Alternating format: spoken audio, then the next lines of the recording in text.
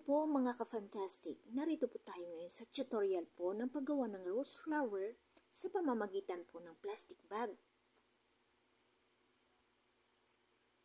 Gupitin na po natin ang bawat dulo. Since na maninipis po ang plastic bag na ginamit ko, kaya 4 na piraso po ang ginamit ko.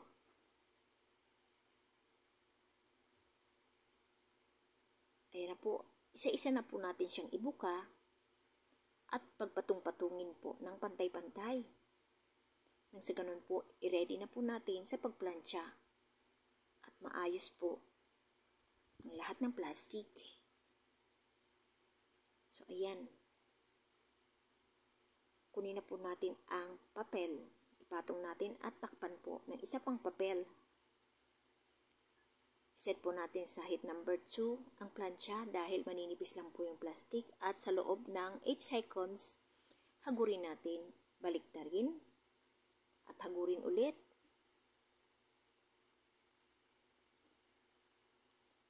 So ayan na po, planchado na po ang ating plastic bag. Ready na po sa paggawa ng petals. Gumupit po tayo ng 2 pirasong 10 by 10 at 3 pirasong 8 by 8. Ito na po. Sundan nyo lamang po mga ka-fantastic kung paano po ito tinutupi. Nang sa ganun po, pantay-pantay po yung bawat hugis ng petals at yung laki. So, ayan na po. Gupitin na po natin ang pakurbang hugis po ng petals.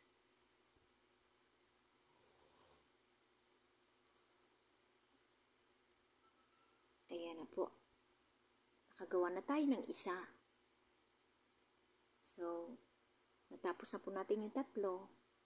Ito naman yung 10 by 10, gugupitin na po natin.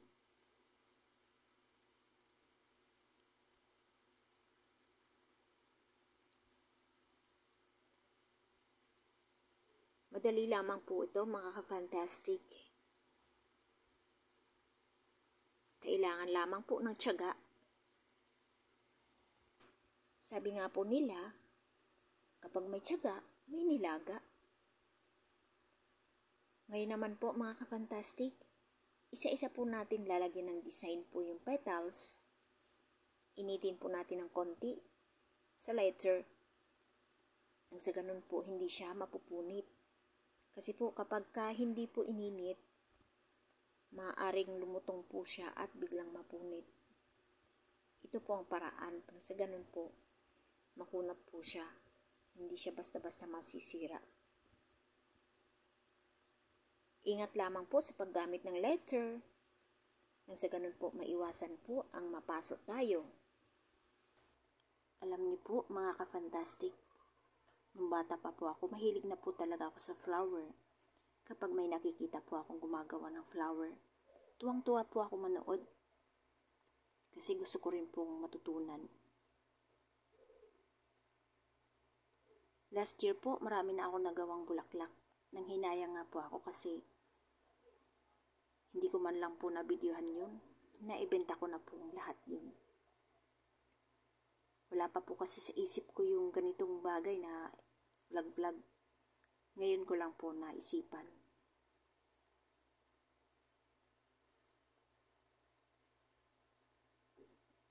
Gusto ko rin lang pong ma-share din to sa inyo. Kahit konting kaalaman po, makatulong po sa gustong gumawa din ng flower. Ito po, isa-isa po nating pakurbahin. Design din po ito ng petals.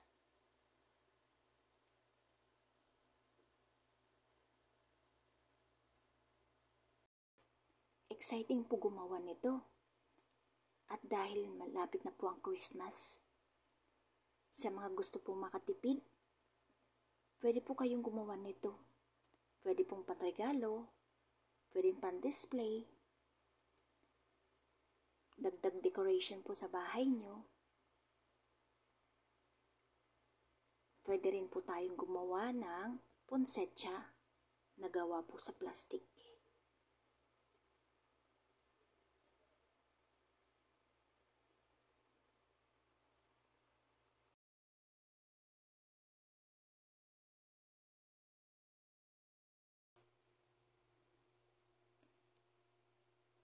Malapit na pong matapos yung ating pagpapakurba.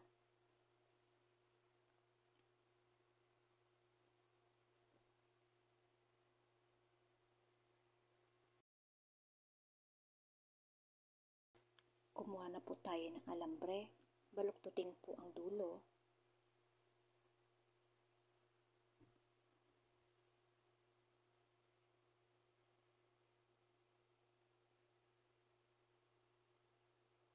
Lagyan po natin ng pandikit para kumapit po ito. Ipupulupot po natin ito. Nang sa ganun po, dito po kakapit yung mga petals.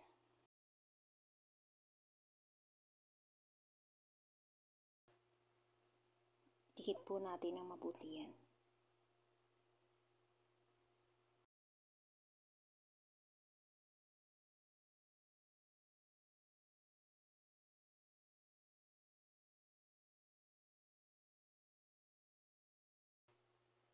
Bahagya po natin siyang initin sa apoy para mas kumapit. Ayan po, isa-isa na po natin ikabit sa alambre.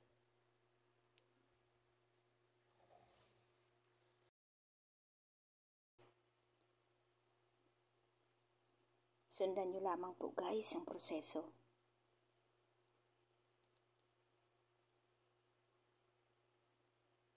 Tiyak na kayang-kaya nyo pong gawin ito. Baka nga pag magaling na kayo, mas maganda pa ang gawa nyo kaysa sa gawa ko.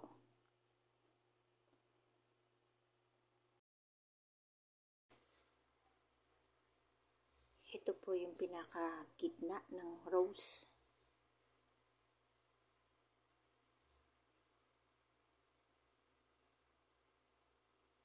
Ayan, ganyan lang po yun mga ka-fantastic.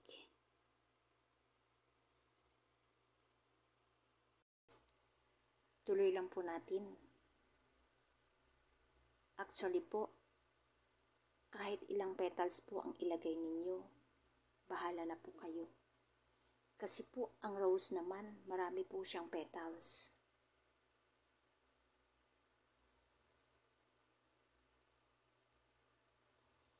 Kung gusto niyo pong makapal yung flower niyo, pwede niyo pong dagdagan ng petals. Kung gusto niyo naman pong maliit lang, konti lang po. Sakto na po yung ganitong dami.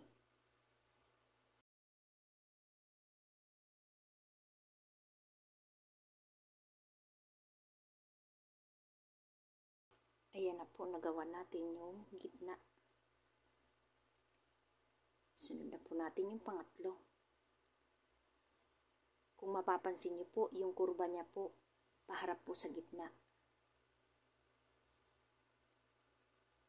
Ayan.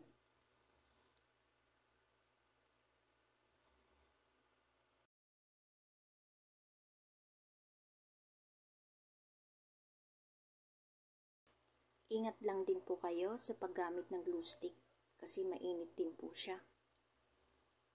At dumidikit po sa kamay.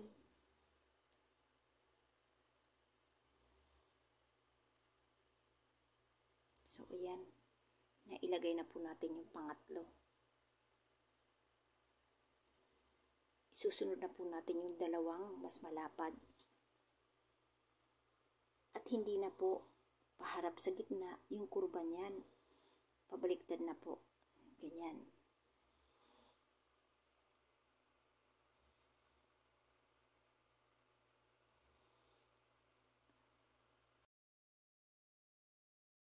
Alam niyo po, violet po talaga yung kulay nito. Yun nga lang po yung camera ko. May pagka bluish po. Kaya parang blue na po yung kulay niya.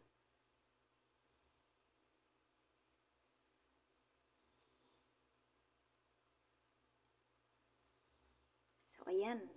Malapit na po natin matapos yung unang petals na paharap po dito. Ang kurba. At yung last naman po, ganun din po. Dikit po natin ng mabuti.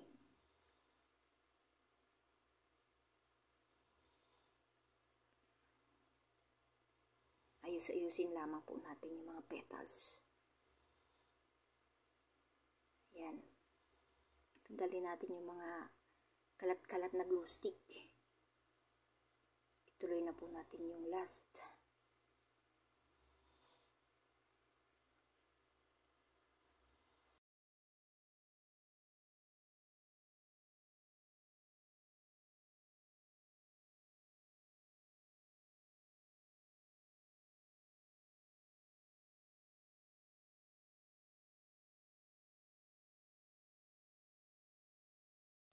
Ayan na po, tapos na po nating ikabit lahat ng petals. Next na po yung paggawa natin ng maninipis na dahon po sa ilalim ng bulaklak. Sundan nyo lamang po kung paano po tinutupi ito. Dahan-dahan lamang po sa paggupit. Ayan.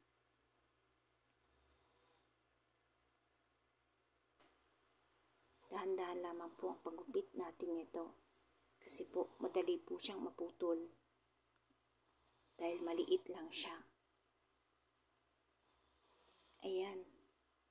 Nagawa na po natin.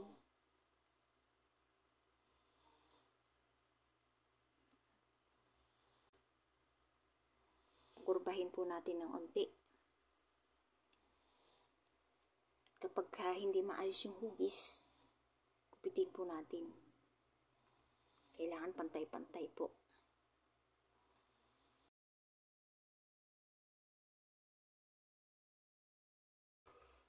Ayan, ikabit na po natin.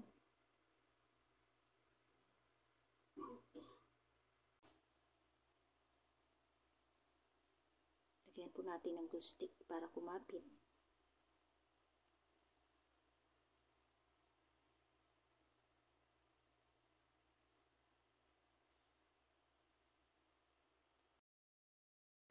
Next na po natin gagawin ay kukuha po tayo ng retasong plastic bag na kulay green at ipupulupot po natin sa alambre nang sa ganun po hindi kalawangin yung ating alambre.